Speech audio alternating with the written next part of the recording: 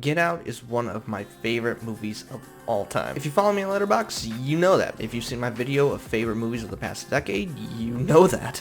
I have yet to make a full in-depth video on this movie, mostly because, well, there are a ton out there. From the Academy Award winning screenplay to the acting and stunning cinematography, this movie gives film lovers a great amount to talk about. This video isn't necessarily going to be talking about Get Out as a whole, but somehow I never actually saw the alternate ending until about a month ago, and that is something I want to discuss. With this movie being centered around racism and the reality of how it is still very much prevalent within this country, I thought with the current climate we're living in, this was appropriate time to give my pitch why I think this alternative ending actually works better.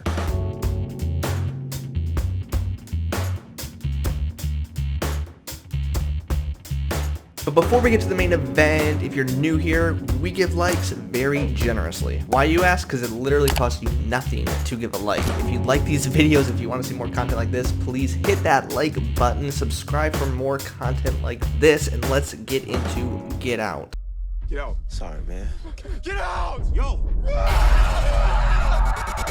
Rose, we gotta go. This may be very obvious, but since we're talking about the end of Get Out, heavy spoilers are coming ahead. I'm also just going to give a quick bullet points in case you don't quite remember what happened in this movie, starting now. Chris is meeting Rose's parents for the first time, and he's worried that they don't know he's black. On the way, they hit a deer, and Chris shows that he's a compassionate person due to his mother previously dying in a car accident, and him growing up feeling like he could have done more to help. Parents and parents' friends are slightly racist, and his friend who works for the TSA keeps telling him to get out. Get out! Yo! After he is hypnotized and eventually tied up in the basement, it turns out that they have done this before and are actually placing the conscience of old white people in black bodies. He escapes, kills most of the family, starts to burn down the house, but turns around for the grandma, mirroring his compassion for the deer and his mother. Doesn't go well, but he still kills them all, saving himself up until the final scene of the movie. This is where the two endings start to differ. The original theatrical release shows siren lights, Chris assumed the position that he's in trouble, and is pleasantly surprised seeing Rodney in his TSA vehicle to save him. It's a comical moment that releases the film's tension that was built up for the past 20 minutes or so, and it's a really happy, fun ending. But this wasn't how it was supposed to end. In the alternate ending, the one that I saw, things happen a little bit different. It's not the TSA that shows up, but it's the cops. The house is burnt down, erasing any evidence of the story Chris is telling them, and Chris goes to prison. The film ends with Rodney visiting Chris in prison, and Chris confidently saying that it's over, but he stopped it. I stopped it.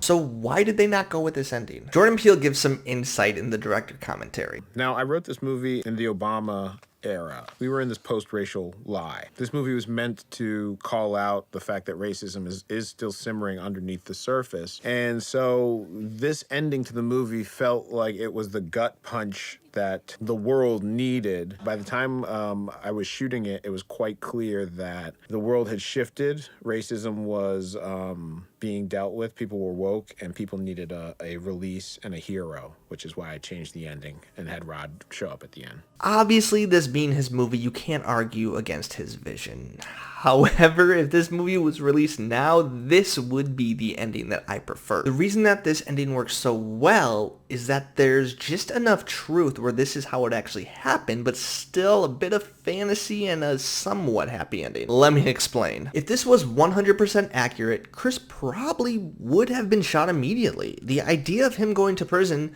doesn't really give a great happy ending, but it's more from his last line to Rodney saying he stopped it.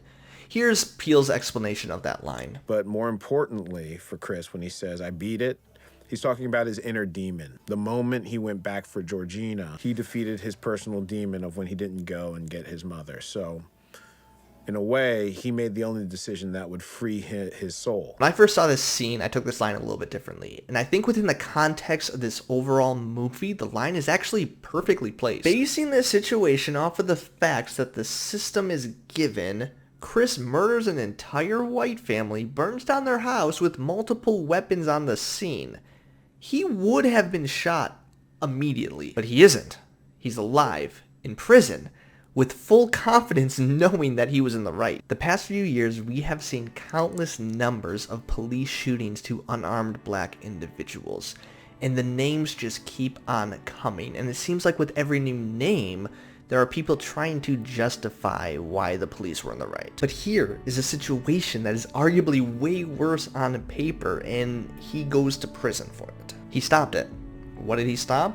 Well, he stopped the system from murdering him right there. Now, this is nowhere near a happy ending, but he is confidently able to say that he showed mercy to a person in that situation, and he had every right to protect himself in that moment. It's a dark ending, and it's definitely a stretch to assume that he would have made it out of that situation alive. But I believe that this is the ending America needs right now. We need to be confident that black people don't deserve to die. The entire movie builds to this moment.